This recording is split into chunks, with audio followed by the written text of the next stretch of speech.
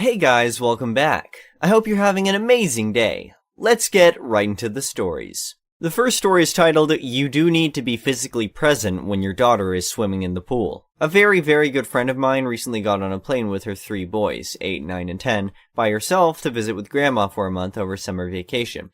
I was on transport duty because driving to and from the airport is a young man's game, and also I love spending time with my homies. There was an accidentally on purpose scheduling issue, namely my friend wanted a day in a hotel to recuperate from the flight with her 3 boys before her mom starts driving her insane.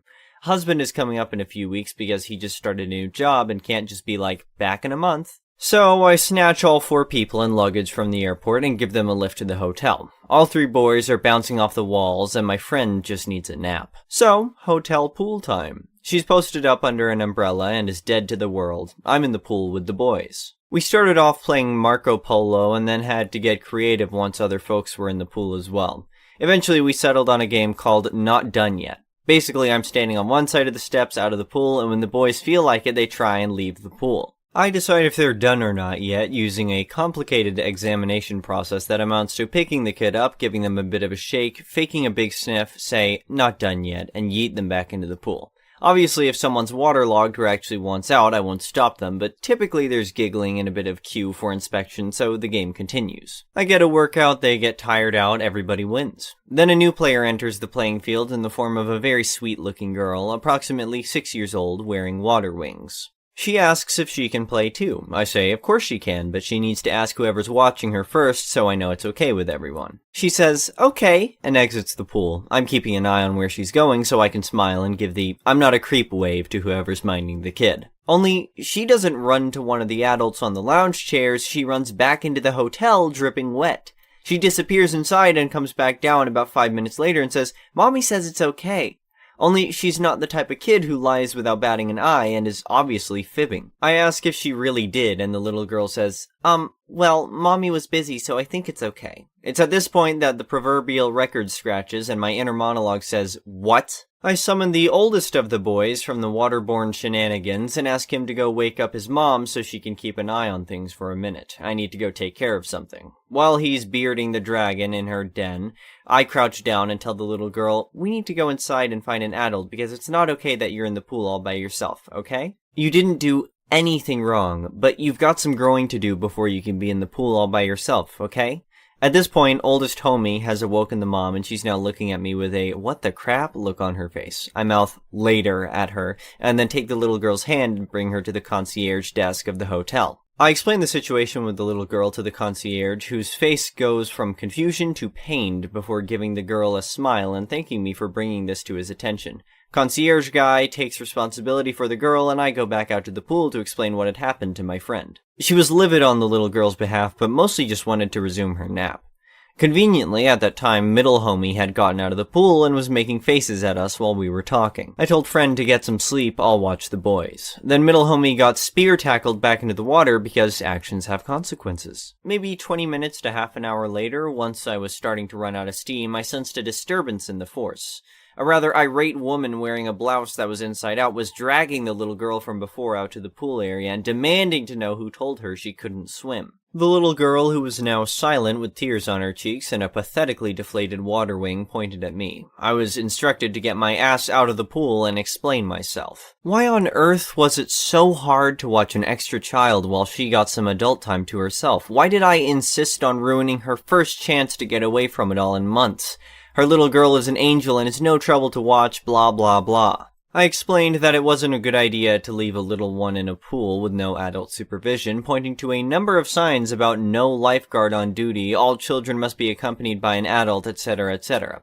Inside Out Lady is getting steadily more belligerent, explaining like I'm slow, that her daughter knows how to swim and was wearing floaties and would have been fine. She's getting more and more in my face, trying to act like I'm just the worst for ruining everything.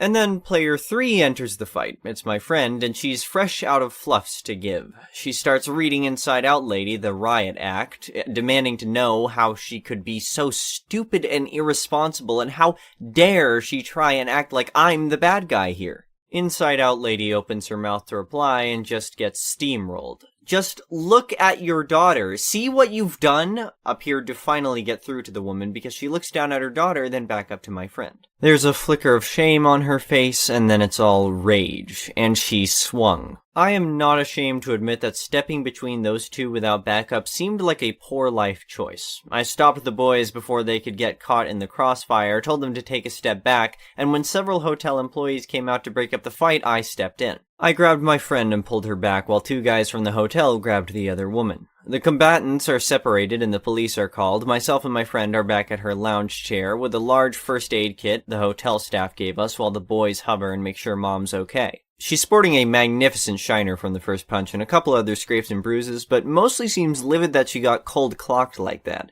Police arrive and get the story from everyone, even tangentially involved. We wind up being asked to provide contact information to the police. My friend declines a check over by an EMT, saying she's fine, just sore. The story Inside Out lady provided didn't match up at all with what the hotel cameras showed, and she got some shiny bracelets put on her before getting shoved in the back of a squad car. My friend said she would be delighted to press charges for assault and was told the police would be in touch. Once the police were satisfied, it was definitely time to retreat to the hotel room. I got dressed and left for the evening after making sure everybody was okay, and on the way out, I asked one of the front desk folks what happened with the woman and her daughter. The woman was arrested and the girl's father came to get her. They couldn't give me any more information than that.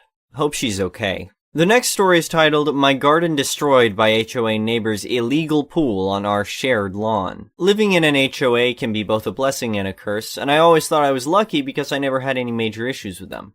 However, when my neighbor moved in, I realized that his self-centered nature and his desire to one-up me could lead to potential problems. At first, his attempts to measure both of our properties seemed harmless, but as time went on, it became apparent that he was just trying to prove he had more land than me. While I didn't think it was a big deal, it was clear that my neighbor had a need to feel superior to me, which led to bigger problems down the line. Our driveways were slanted due to the hill on which our land was situated, and when my neighbor wanted to make his less steep, I thought it was a good idea. However, he went about it in a way that caused water to filter into my land. At first it wasn't too bad, but it soon became apparent that this was going to cause issues for me. I was concerned, but since it was legally done, I couldn't do anything about it. The real problems began when my neighbor decided to build a pool on our shared lawn without any permit or permission from the HOA. At first I thought it was innocent enough, but it quickly became apparent that my neighbor was using my property to build his pool without my consent. Not only was this illegal, but it also led to severe damage when a storm hit. During the storm, the pool flooded and quickly started to destroy my garden. To make matters worse, the water picked up my car and started carrying it towards the main road. I felt powerless and there was nothing I could do to stop the water from destroying my property. After the storm, I was devastated to see the damage caused by the flood. Everything in my garden was ruined and my car was totaled. I knew I had to do something to get justice, so I reported the illegal pool to the city code enforcement and informed the HOA about the damage to my house caused by my neighbor's driveway repair. My neighbor was forced to remove the pool and pay a huge fine to the HOA, but he refused to take responsibility for the damage he caused to my property. That's when I decided to take him to court and present evidence of his wrongdoing. It wasn't an easy process, but I knew I had to fight for my rights.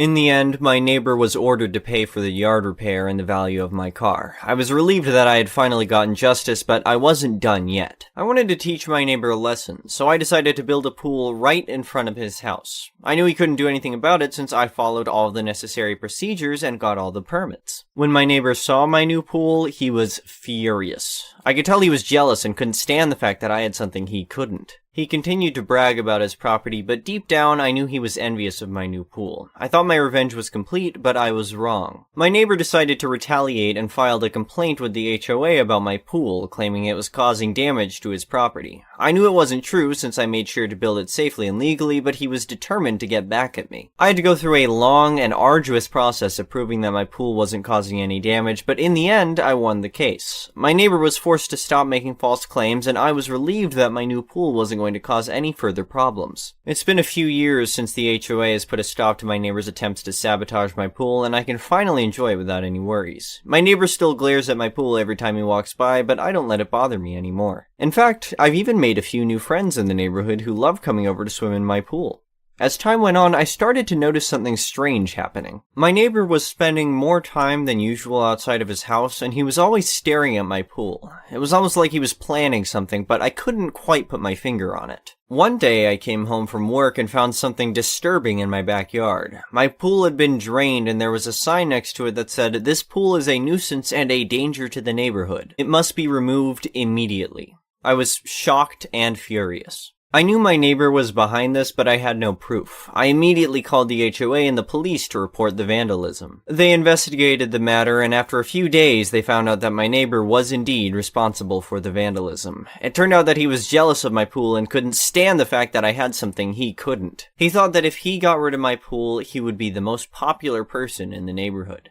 The HOA fined him heavily for the vandalism, and he was also ordered to pay for the damages to my pool. He never apologized, but I knew that he had learned his lesson. He never bothered me or my pool again, and I could finally enjoy it in peace. A few months later, I received some exciting news. A film production company was interested in using my pool as a location for their new movie. They were offering me a significant amount of money for the use of my pool, and I couldn't say no. The movie was a hit, and my pool became famous overnight. People from all over the country wanted to come and see it, and I even started getting fan mail. It was surreal, but I enjoyed every minute of it. Today, my pool is still a popular location for movies and TV shows. I've even been approached by some celebrities who want to use it for their private parties. It's hard to believe that something that caused me so much trouble in the past has now become a source of joy and pride. As for my neighbor, he moved away a few years ago. I don't know where he went, but I wish him all the best. I learned that revenge is never the answer, and sometimes it's best to let go of grudges and move on. I'm just grateful that I was able to turn a negative situation into something positive, and I hope that my pool will continue to bring joy and happiness to people for many years to come. The last story is titled, "Neighbors Used My Property as Their Own. Paid for New Fence." I recently bought a house and have been having some work done before I move in. It was empty on the market for about 6 or 8 months before I bought it. One morning I got a call from my contractor asking me about moving the cars in the driveway, and of course I had no idea what he was talking about. I hadn't moved in yet. I left my job site and drove nearly a half hour to get there. As soon as I arrived, the people on the east side of me were walking towards the cars. I asked if they were their cars, and they said yes. They told me that they had been parking there for a few months with permission from the owners. I informed them that I was the new owner and they can't park there any longer. We went back and forth, and with the intention of being a good neighbor and trying to show some goodwill, I agreed to allow them to park there for a few more weeks until I move in, with the agreement that they would move them by 6 a.m. every morning. The rest of the week went by without incident. The contractor called me about scheduling a walkthrough on Saturday, and we set a time for early afternoon. When I arrived, there were 4 cars in the driveway and nowhere to park. The only on-street parking is 2 blocks away. I called them and asked them to move their vehicles, reminding them of our agreement. After 20 minutes, they finally came out and moved them. Speaking with them, they claimed to have misunderstood and thought our agreement only referred to weekdays and not weekends. I corrected them and moved on. Sunday morning, I grabbed a trailer and loaded some furniture to take over and store in the garage. Once again, there were cars in the driveway. I called them and got VM. I texted and said they had until a tow truck could arrive to get them moved. No answer. I called a tow company. 45 minutes later, 2 tow trucks showed up, backed in, and hooked up to the cars. All of a sudden, the neighbors were home. They ran out to stop their cars from being towed, and it ended up costing them a little over $300 to get them unhooked. I called my contractor and asked if he knew someone who could put in a driveway gate, and he did. I let the neighbors know that they could no longer use my driveway. On Wednesday, I get a call from the gate installer telling me that there are cars in the driveway. I called them and said tow trucks are on the way. They moved. The gate was installed, and I went by to pick up the opener that evening. The neighbor's husband came out to confront me, and I opted to just call the PD and deal with it legally. That Saturday, I went by to accept an outdoor furniture delivery and check on things when I noticed a towel beside the pool and a small kid's flotation device. My initial thought was that I just hadn't noticed it before, so I wrote it off and threw them both in the trash. On Saturday, the movers arrived with everything, and we began moving things in. About 7 p.m., my daughter and I left to go grab some dinner, arriving back at the house around 9:30 p.m. The neighbors were in my pool. They were hanging out and using my furniture. When I opened the door and began raising hell, they told the kids to go to the house, and the children ran to a corner of our fence and just walked through.